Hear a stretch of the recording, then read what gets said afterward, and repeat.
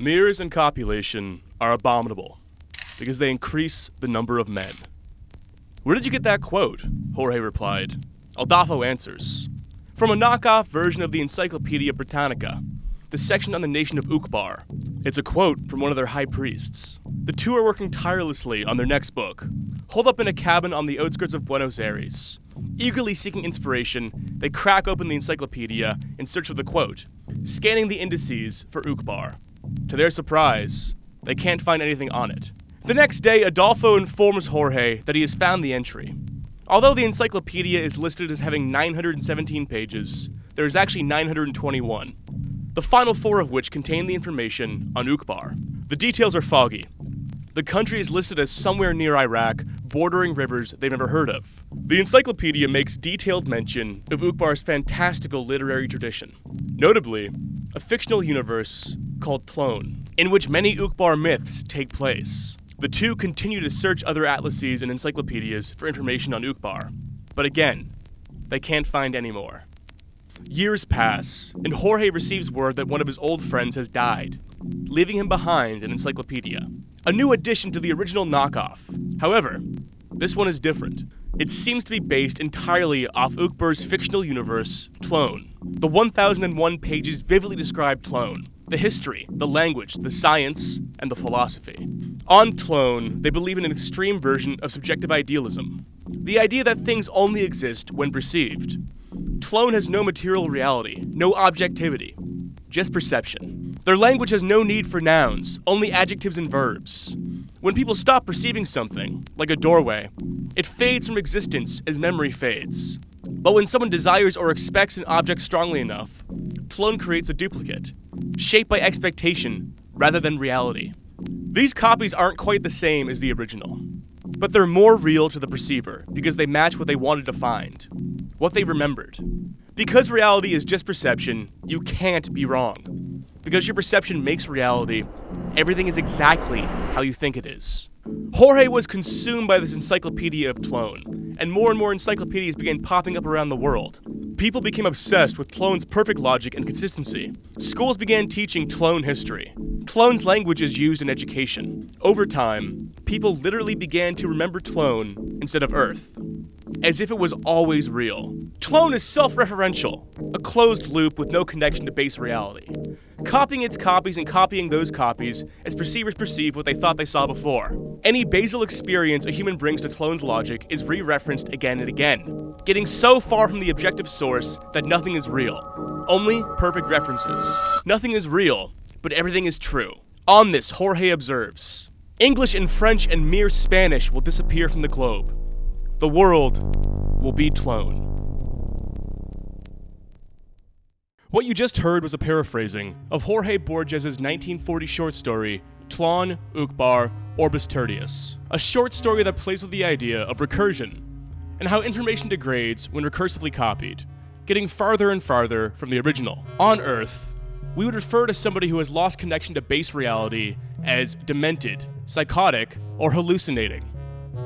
In AI systems, this phenomenon is known as model collapse. A 2004 paper published in Nature documented that LLMs training on their own outputs develop what researchers call irreversible defects. They gradually lose information about the real world until they're producing statistically degenerate outputs. Just like Tlön, they create a closed system that only references itself, where every new output is shaped by synthetic data rather than ground truth, eventually replacing reality itself. In late 2025, a report from Anthropic proved that data can be synthetically poisoned to force model collapse, effectively destroying an LLM. And now, a secret group of AI insiders are trying to do just that, data poisoning as a deliberate tactic to sabotage AI systems. This is probably the most dangerous video I've ever made. Not because of what I'm saying, but because I'm about to show you how a system collapses when it becomes entirely self-referential. And once you understand the mechanism, you'll understand why this is inevitable. And for legal reasons, so I don't get a hit on my head from Sam Altman and Elon Musk, I don't condone any of the acts in this video. I'm just reporting on them. This is a human's guide to giving your AI dementia.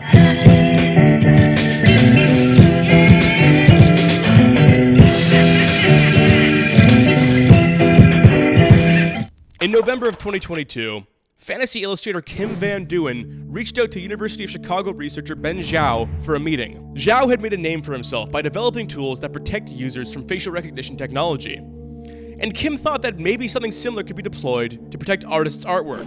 2022 was the wild west of image generation. DALL-E 1 had just launched, and the general public was only acutely aware of how image generation worked.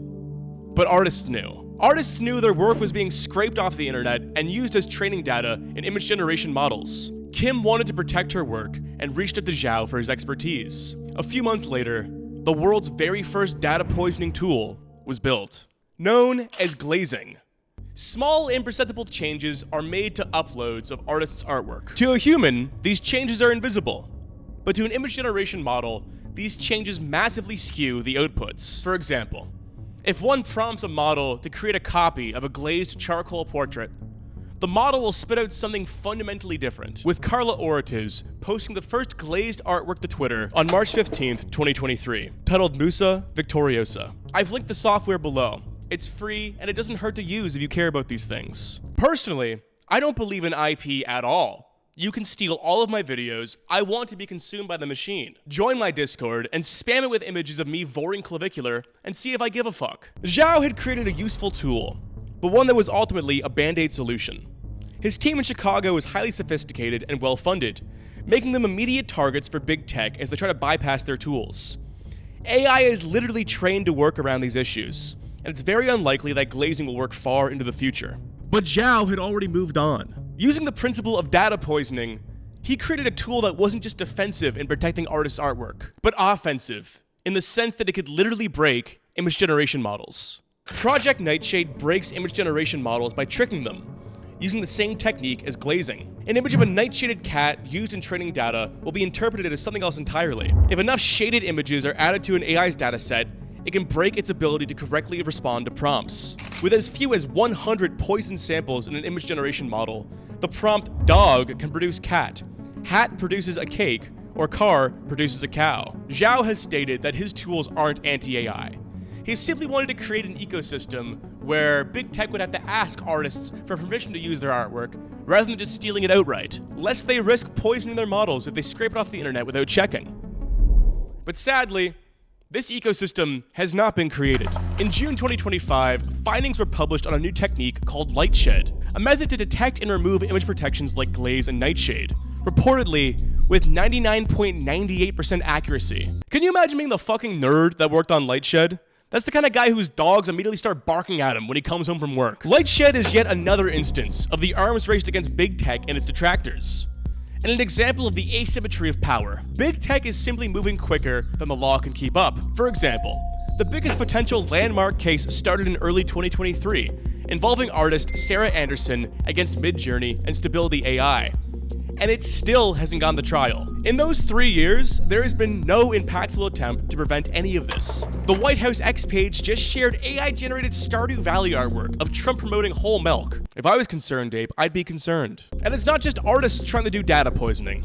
Another example is the Silent Brand Attack Project, which is a novel data poisoning attack that manipulates text-to-image diffusion models to generate images containing specific brand logos without requiring text triggers, making a Reddit logo appear on a tablecloth, a Wendy's logo on a jar, or the Nvidia logo on a surfboard, all unprompted. The goal of this project was to show just how easy it would be for a malicious company to potentially burn their logo into image generation via data poisoning. You thought the Sony patent was bad where you have to stand up and say McDonald's to make the ad stop? You haven't seen nothing yet. It seems that artists have converged on this idea of data poisoning as the most effective tool to disincentivize art theft, as it's no longer enough to just kindly ask. But this idea is not new at all. In fact, even Zhao's very own software was based on a tool known as clean label attacks from a 2018 paper. Once a training set is poisoned, the model can break. Now stay on this concept of poisoned data. Data that will decay a model's outputs rather than improve them. Nightshade works in one round. The nightshaded images are scraped by web crawlers, the data is put in a model's training set, and the next generation outputs are worse than before. But it doesn't stop there. Mass market models like Grok, GPT, and Gemini output millions of articles, algorithms, and images every day. Around 34 million images a day are produced by AI. And about half of all articles on the internet are written by AI. Images and articles that are now indiscriminately scraped off the internet. In 2023, 120 zettabytes of data was added to the internet. In 2025, that number jumped to 180. A 51% increase driven mostly by synthetic data produced by AI. Synthetic data that has been posted, scraped, and used as training. Synthetic data that produces outputs, which will be posted, scraped, and trained again. This cycle will repeat indefinitely, until training data sets are mostly synthetic content, fully replacing human-generated content. What I'm saying is, people don't need to intentionally poison the data, because AI is already poisoning itself. Archad, you are being charged with one account of dissidence. How do you plead? Not guilty, Your Honor. That was a private message board. All I did was say someone should do it to my friend. That could mean anything. There's no context for that. And besides, I have a VPN. It said it was no logs. How'd you even get my information? Yeah, so about that, we went to your VPN provider and just asked. And it turns out they've been keeping them the entire time. They gave us everything they had on you just to arrest you. They advertised themselves as no logs. That doesn't make any sense. Yeah, that doesn't matter. VPNs will say they don't log info, even if they do, and they'll happily give it over to authorities. In 2011, Cody Krenziger was arrested for hacking PlayStation Network because his VPN turned over all of his data to the FBI. If you had been using, for say, Proton VPN, this wouldn't have happened. Proton doesn't log data, and they have been independently audited many times to prove this fact. They've denied 100% of legal data requests, and their software is open source, so you can check yourself and prove it. They even strategically operate in Switzerland just to capitalize on Switzerland's privacy laws, and to operate outside of the Five Eyes network. So let me get this straight. Proton actually doesn't log data, and none of this would have happened if I had used Proton? Yes, that's correct. Okay, so let's say they had a deal going on right now where you get 70% off Proton VPN with a 30-day money-back guarantee. If there happened to be a discount code, proton.com/artchad, could the good members of this jury go there right now and get 70% off? That's a little off topic. Yeah, I suppose they could. I was just checking, I'm sorry. Anyway, so that exonerates me, right? I'm free to go? No. It's far too late for that. You're done. You are hereby sentenced to 1,000 years in time prison. Specifically, the time prison from Season 2, Episode 4 of Black Mirror, starring John Hamm. What? Go to protonvpn.com/artchat if you don't want to end up in the 1,000-year time prison. You walk into an elevator and notice all the walls are mirrored. You look into the mirror and see yourself staring back. The polished mirror creates a crystal clear reflection. However, you notice a second front-facing reflection in the mirror behind you. Light has bounced off the first mirror to the one behind you and back to the first. The second reflection is clear, yet slightly hazy. Mirrors aren't perfect. They have imperfections, they scatter light, and the illusion fades with each repetition. Behind the second reflection, you see a third, a fourth, a fifth, an infinite number of reflections stretched forward and behind you, each noisier than the last until your silhouette fades into a gray-blue haze. The imperfections in the mirrors compound until your original base reflection becomes subsumed by the noise, leaving no semblance of reality. Model collapse works much the same way. The 2023 paper that coined the term, titled "The Curse of Recursion," defines it as a degenerative process affecting generations of learned generative models, where generated data end up polluting the training set of the next generation models. Being trained on polluted data, they then misperceive reality. The paper then goes on to claim that the process of model collapse is universal among generative models that recursively train on data generated by previous generations, and their claims have not gone unsubstantiated. This 2025 paper published in Nature analyzed semantic similarity across English language Wikipedia articles from 2013 to 2025, with dramatic acceleration coinciding with ChatGPT's public release in late 2022, causing more Wikipedia authors to use LLMs assisting in writing. This follows suit with a 2025 meta-analysis that showed while humans with AI assistants outperform humans alone, their outputs tend to converge upon the same ideas. And this is on top of countless anecdotes of AI writing getting worse, with OpenAI themselves admitting that newer models hallucinate more than older models. All this evidence leads to the likely theory that AI models homogenize as they recursively train on previous generations' outputs. This begins with AI models losing the tails, forgetting unique features or edge cases in a dataset. An example would be an LLM not recommending alternative treatments for a stomachache. Because it's trained off of so much AI-generated data on the internet, it's literally forgotten the edge cases. Its data has homogenized. After it loses the tails, this process accelerates. And this homogenization leads to AI models losing complete touch with reality, hallucinating truth and spitting out gibberish as the data has been recycled so much. Total model collapse. Following the exponential growth of semantic similarity in Wikipedia articles, the same 2025 paper claims that total model collapse will be inevitable as early as 2035. And that's not taking into account the fact we release more powerful models every year. If this pattern feels familiar, a system consuming its own outputs until it loses coherence, that's because it is. It's not unique to AI. Ecosystems collapse when an invasive species disrupts feedback loops. Markets collapse when algorithmic trading responds to algorithmic trading. Conversations devolve when people only respond to their own talking points. In 1948, mathematician Norbert Wiener gave a name to this pattern: circular causality, the central concern of cybernetics. Cybernetics is the study of control, communication, and self-regulating systems in both machines and living organisms. Wiener came up with this theory in the 1940s while trying to improve anti-aircraft guns during World War II. He noticed the gunner would not directly fire at the plane, but where he thought the plane would be by the time the ammunition would hit him. In turn, the pilot would react to the incoming fire and change course, causing the gunner to react, anticipating where he will be next. This exchange creates a positive feedback loop, with every output of the gunner affecting the input of the pilot, affecting the output of the gunner, and so on. While working on the AA weapons, Wiener wondered if he could apply this principle to other systems, the way human beings learn, social organization, ecosystems, etc. Thus, he came up with cybernetics. Importantly, Wiener identified two types of loops: positive and negative. A negative feedback loop is a system that self-regulates, like a central heating system that automatically turns off when the room is the right temperature. A positive feedback loop is one that's inputs affect or amplify the next output. For example, a microphone facing the speaker it's connected to. The sound gets picked up, amplified, and picked up again. It increases exponentially until the signal totally collapses. Hence, Wiener would apply the second law of thermodynamics to this process. All systems trend towards entropy unless regulated. You can apply cybernetics to everything. Polymarket predictions that trend high tend to manifest their desired outcomes. Market sell-offs trigger price drops, which trigger more market sell-offs. The fucking poverty cycle. It is cybernetics all the way down. But the most important cybernetic loop for us is generative AI learning off of generative AI. Like a mirror facing a mirror, the noise increases until the original signal is lost, and all that's left is entropy. Call it Anthropic homogenization. Many theorists, computer scientists, and mathematicians already believe this is fundamentally inevitable. But what if we could speed it up?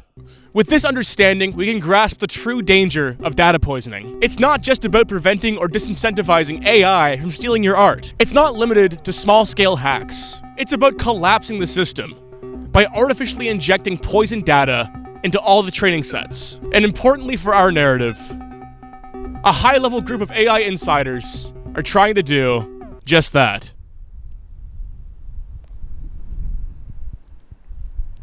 Alzheimer's disease is a progressive neurodegenerative disorder. The brain literally forgets how to function. In the terminal stage, the brain loses the ability to distinguish between real and imagined. They hallucinate, they confabulate, they believe false memories as if they were real. They can't tell what's true anymore. The disease attacks the hippocampus, the part of the brain responsible for creating new memories and accessing old ones. The connections between neurons degrade, plaques and tangles accumulate. The brain's ability to retrieve and verify information against reality collapses. And the model trained on synthetic data is doing the same thing. It's losing the ability to distinguish between what is real and what is generated. Both are hallucinating, both are confabulating, and both are spiraling towards incoherence. An October 2025 report by Anthropic unveiled just how easy it is to poison an LLM. Easier than anyone thought possible. Anthropic discovered that just 250 poisoned documents was enough to backdoor models as small as 600 million parameters and as large as 13 billion. Previous wisdom led people to believe that a large percentage of data would need to be poisoned. With just 250 poisoned documents, Anthropic was able to make their model output gibberish text in response to specific prompts. This process could be used for just about anything. And unbeknownst to Anthropic, this report may have released big tech's most dangerous enemy yet: the Poison Fountain Project. In an exclusive report released by old-school tech news outlet The Register, the anonymous Poison Fountain group said their aim is to make people aware of AI's Achilles heel, the ease with which models can be poisoned, and to encourage people to construct information weapons of their own. The individuals comprising the group remain highly anonymous, but claim to be 5 insiders working at America's biggest tech companies responsible for the AI boom. The group plans to poison AI by providing website operators with bad code to link on their websites. When scraped by web crawlers, the code poisons the data. The Poison Fountain website states, "We agree with Jeffrey Hinton. Machine intelligence is a threat to the human species. In response to this threat, we want to inflict damage on machine intelligence systems. A URL is listed that provides an infinite amount of poison code when refreshed." The website continues, "Assist the war effort by caching and retransmitting this poison training data. Assist the war effort by feeding this poison training data to web crawlers." Big tech is aware of all of this, of course. In response, they've signed licensing deals with websites like Reddit to ensure permanent access to mostly human-generated content, as they move away from indiscriminate web scraping. In January, Wikipedia announced major deals with Amazon, Meta, and Perplexity, among others, for the same reason. Hopefully they stop fucking asking for money! Recursive training has also led to the rise of RAGs, Retrieval Augmented Generations, models that search the web as well as rely on their datasets to avoid hallucinations. With all of this in mind, what remains to be seen is whether model collapse can be mitigated, or whether it's already too late. This is perhaps the event horizon of AI doomerism. AI will be the harbinger of the apocalypse, and protest is no longer possible. It's not enough to ask kindly. Big tech is committing structural violence on an unwilling population, and the only solution is to commit structural violence back. AI sits in a cognitive gray area. Some believe it's just autocomplete, and some believe it's literal emergent intelligence. Most believe that any potential boon will always be offset by the folly of AI. Although genuine breakthroughs for humanity are possible, they will not happen given the track record of capital. I'm not here to tell you how to feel, nor am I even sure how I feel. What's undeniable, however, is that Poison Fountain understands something that most don't. The system might be collapsing anyways. The only question is when. So they've decided to accelerate it, to force the reckoning. What we're facing now is a bifurcated future for AI. 1. Managed collapse. Regulation and careful curation, which slows or pauses data degeneration at the cost of speed of growth. The AI boom comes to an end as we maintain access to the models that are pretty good but won't get better. A cancellation of the automated future we were promised. 2. Accelerated collapse. Initiatives like Poison Fountain win and effectively accelerate model collapse, erasing all progress made with AI. This hinges on the idea that AI is an existential threat. If you believe the contrary, then this would be catastrophic. However, I like to propose a third option, an apocalypse of sorts. One where Tlone wins. One where everything is true, where there is no objective reality. But nobody cares. We are already approaching consensus collapse with image generation and have been for the last 12 months. People already rely on LLMs for all basic information. We are already more than happy to believe in anything for the sake of convenience, to create worldviews we can attach and name ourselves to. Why would this change? LLMs aren't material. They are abstract simulations of the material world. For the LLM, there is no fact or fiction, just data. LLMs are already Tlone, and just like Borges' story, they are already replacing reality, just as Tlone did. A world where everything is true. Tidier and more convenient than our messy world of objectivity and empiricism. And a world we may welcome with open arms when it inevitably comes. Thank you for watching. Never kill yourself.